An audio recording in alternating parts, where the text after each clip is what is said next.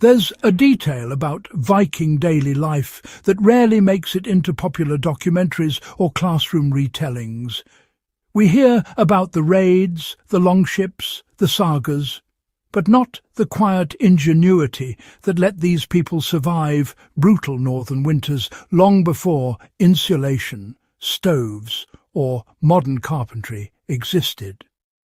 For the next minute, hold on to that sense of curiosity that history buffs know well, the kind that comes when you realize ancient people solved problems we still struggle with today.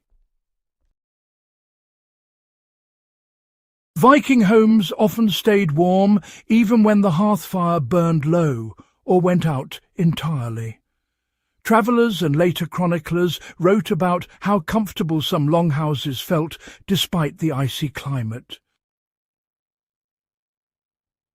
This wasn't magic, and it wasn't luck. It was a structural trick built right into the earth beneath their feet. Once you understand it, you begin to appreciate that the Vikings weren't just warriors. They were master problem solvers and engineers of the everyday world. The Viking floor method starts with understanding the ground itself. Viking homes were built low and long, and unlike many European cultures of the same era, they didn't place floors directly on cold stone or exposed earth. Instead, they used a layered floor system that trapped insulation and harnessed the natural thermal stability of the soil. Archaeological digs across Scandinavia, Iceland and Greenland reveal the same principle repeated. The floor wasn't a single surface, but a combination of packed earth, straw, brush and sometimes wooden planks placed strategically above those layers. This created both insulation and thermal mass. The Earth naturally holds steady temperatures year-round, so the goal was to create a barrier that slowed heat escape while still allowing the mild warmth of the ground to rise gently. The key to the method was the multi-layer system. Vikings would begin with a base layer of compacted soil. On top of that, they placed straw or dried grasses mixed with brush or reeds. This organic layer trapped air pockets, tiny insulation chambers that modern builders still use in wool-based materials. Over that, depending on region and available resources, they placed either wooden planks or another layer of tightly packed fine soil that had been sifted to reduce drafts. In some Icelandic longhouses, turf blocks were added as well. Turf, with its dense root structure, acts as a natural insulator and slowly releases retained warmth. The combination of layers prevented heat loss from above while buffering the bitter cold of wintered ground below. What made this method effective wasn't just insulation. It was actually the way the layered floor system stored and released heat. A hearth fire, even a modest one, would warm the packed floor over time. Once the fire died, the floor continued radiating warmth upward for hours. This is basically the same concept behind modern heated floors, except the Vikings achieved it without pipes or electricity.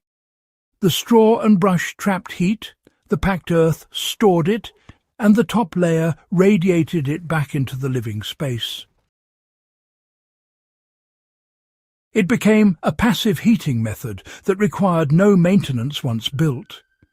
Even body heat from several occupants contributed to warming the thermal mass, making longhouses far more comfortable than their stone-built contemporaries elsewhere in Europe.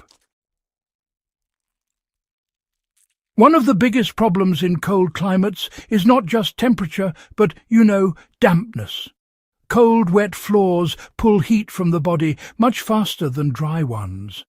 The Vikings solved this by ensuring their floors could breathe. The straw and brush layers allowed moisture to move through instead of being trapped. Pack horses and livestock often shared portions of a long house, and their body heat further dried the floor layers. This prevented mould, reduced cold drafts, and kept the interior dry enough that heat wasn't lost to evaporation. Again, this technique mirrors the natural building knowledge seen across ancient cultures, where moisture control was as important as temperature control. For those interested in survival structures, off-grid cabins, or even backyard historical experiments, the Viking floor method is, honestly, surprisingly practical. Start with bare ground and compact it firmly. Next, add a layer of dried grass, straw, or reed-like material. The layer should be thick enough to provide insulation, but not so deep that it collapses under weight. Usually a few inches of compressed material works well. On top, place either wooden planks or a layer of fine packed soil. In a primitive shelter or emergency situation, even turf chunks can serve as a top layer if they're cut with the root mass intact. Once the structure is warmed by a small fire or even just body heat, the floor will begin storing that warmth. Campers often notice this effect when they pack pine needles under their sleeping area. The Vikings simply formalized the method.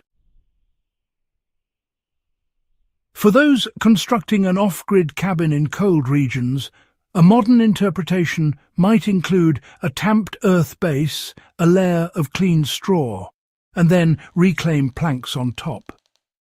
Builders wanting to stay aligned with historical authenticity can even replicate the turf method by cutting sod blocks. Over time, as the organic material compresses, the insulation improves, while the ground temperature stabilizes the interior.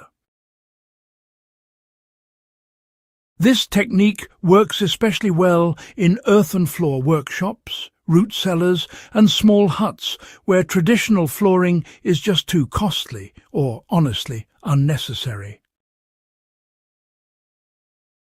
What makes this method so enduring is its blend of practicality and efficiency.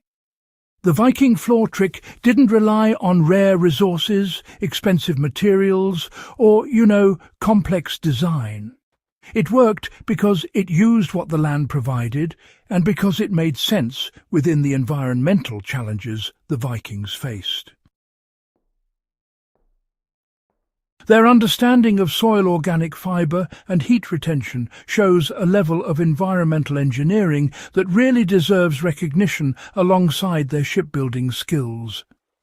It was a system built to last, to keep families alive, and to ensure that life in the north was survivable even during harsh winters. Thank you for joining us on In the Beginning. If this guide brought you value, subscribe, share it with fellow history enthusiasts, and help us keep exploring the ancient knowledge that shaped how people lived and survived long before us.